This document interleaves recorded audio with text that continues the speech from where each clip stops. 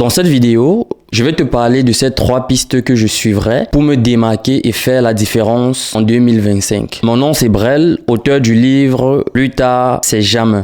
Et je suis sur le point de te dévoiler le chemin à suivre pour te démarquer et rejoindre ceux qui réalisent toujours leurs objectifs. D'ici quelques mois seulement, nous serons en 2025. Et si tu veux vraiment te démarquer de 99% des gens et faire une réelle différence, tu dois absolument maîtriser la compétence suivante. Mais avant de t'expliquer en profondeur ce que c'est, laisse-moi d'abord te choquer par cette donnée statistique alarmante que j'ai trouvée sur un phénomène qui définit littéralement notre époque. C'est la procrastination. 20% des adultes se considèrent aujourd'hui comme des procrastinateurs chroniques, contre seulement 5% il y a quelques décennies dans les années 70. 94% des personnes disent être malheureuses à cause de la procrastination. C'est la preuve réelle que ce comportement a un impact négatif non seulement sur nos émotions, mais aussi sur notre bien-être de façon globale. 48% des gens identifient les distractions comme la principale cause de leur tendance à remettre les choses à plus tard. Nos téléphones, les réseaux sociaux, les notifications constantes. Nous sommes bombardés d'interruptions en longueur de journée,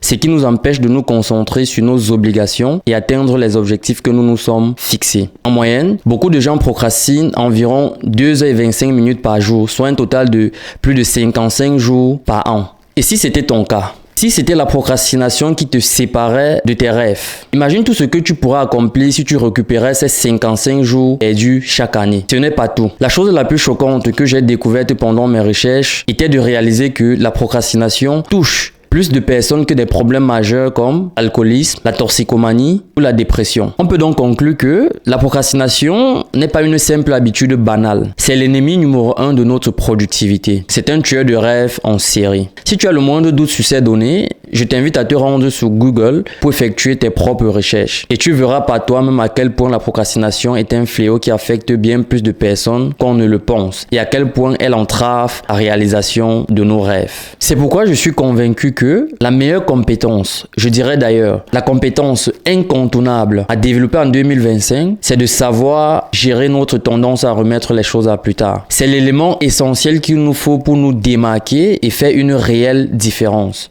En effet, la procrastination est un véritable défi pour notre génération. Voici ce qui se passe. Beaucoup de gens commencent avec des objectifs clairs. Ils sont motivés et pleins d'enthousiasme.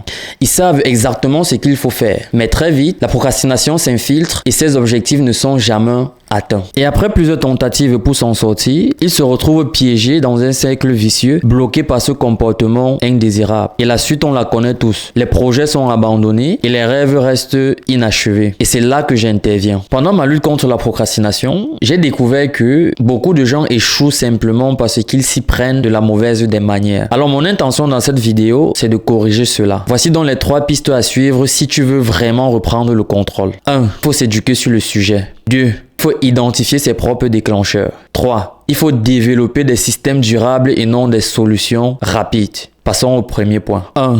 S'éduquer sur le sujet. Beaucoup de gens échouent simplement parce qu'ils ne comprennent pas ce qu'est réellement la procrastination. Ils ne connaissent ni son vrai visage, ni son mode opératoire. D'où cette difficulté de s'en débarrasser. Non, la procrastination n'est pas de la paresse. Encore moins un manque de volonté ou une simple question de discipline. C'est beaucoup plus complexe que ça. C'est un problème psychologique qui nécessite une compréhension approfondie. Personne sur cette terre ne peut mener et gagner une guerre sans avoir pris le temps de mieux connaître son adversaire. Il en est de même pour la procrastination. Pour espérer la vaincre, tu dois t'éduquer sur ce comportement à travers des livres, des vidéos comme celle-ci et d'autres ressources encore. Car il ne s'agit pas simplement de vouloir changer, mais de comprendre ce qui nous pousse à systématiquement remettre nos obligations à plus tard. Quelle en est la cause? Telle est la question que tu dois te poser. Pour répondre à cette question, ma prochaine vidéo portera sur l'aspect psychologique de ce comportement pour mieux comprendre sa nature. Maintenant, passons au second point. Après avoir compris la vraie nature de la procrastination, la deuxième étape consiste à identifier les déclencheurs spécifiques à ce comportement. En effet, la procrastination ne tombe pas du ciel. C'est une réaction naturelle de notre cerveau primitif face à des situations perçues comme menaçantes. Cela pourrait être le stress, la peur de l'échec, l'ennui et d'autres facteurs que nous ignorons souvent. Pour certains, il s'agit du perfectionnisme et pour d'autres, de la peur du jugement des autres, ce qui a été mon cas personnel. En fin de compte, ce sont ces déclencheurs qui activent la procrastination et nous empêchent de passer à l'action. Donc, pour mieux gérer notre tendance à procrastiner en 2025, nous devons apprendre à identifier ce qui nous pousse réellement à remettre les choses à plus tard. Tant que nous ne connaissons pas les vraies racines du problème, nous continuerons à répéter les mêmes schémas mentaux. Notre troisième point consiste à développer des systèmes durables et non des solutions rapides. Cette étape est très importante dans la lutte contre la procrastination car elle nous permet de mettre sur pied des stratégies pour contrer les chemins mentaux de la procrastination sur la durée. Non, regarder des vidéos de motivation sur YouTube ne nous aidera pas à éliminer la procrastination à long terme. La preuve, depuis que tu les regardes, as-tu vraiment arrêté de procrastiner? J'ai trouvé mes solutions lorsque j'ai commencé à m'intéresser à la psychologie. J'ai compris que créer des routines et des habitudes quotidiennes qui permettent à mon cerveau de fonctionner de manière fluide, sans aucune résistance mentale, était la solution à ma procrastination. La clé ici, c'est de réduire autant que possible les frictions. Plus nous répétons nos actions, plus elles deviennent automatiques et susceptibles de perdurer dans le temps. Une autre technique psychologique que j'utilise très souvent, c'est la visualisation négative, encore appelée aversion à la perte. Simple mais redoutablement efficace, cette technique consiste à imaginer un futur où je subis les conséquences catastrophiques de ma procrastination. J'imagine les opportunités perdues, les regrets accumulés et je me projette dans un avenir sombre,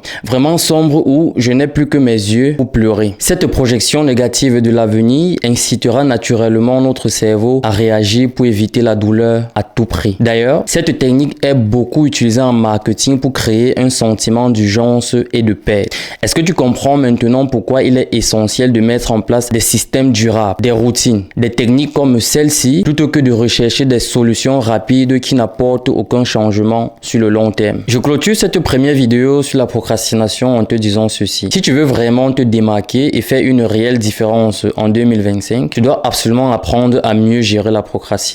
C'est une compétence incontournable pour surpasser 99% des gens et rejoindre le 1% de ceux qui réalisent toujours leurs objectifs. Je te promets, si tu suis à la lettre les 3 pistes que je viens de partager avec toi, éduquer sur le sujet, identifier tes propres déclencheurs, mettre sur pied des systèmes durables et non des solutions rapides, tu seras surpris de tous tes accomplissements l'année prochaine. Pendant que les autres continueront à remettre leurs obligations à plus tard et par conséquent à remettre leur vie à plus tard, toi, tu te rapprocheras chaque jour de plus en plus de tes rêves. Imagine tout ce que tu pourras accomplir si tu récupérais ces 55 jours perdus par an. La balle est dans ton camp. Dis-moi en commentaire si tu as trouvé cette vidéo utile. Et si tu es intéressé par la lecture de mon livre Plus tard c'est jamais, le lien se trouve dans la description. Sinon, on se retrouve dans la prochaine vidéo. Prends soin de toi.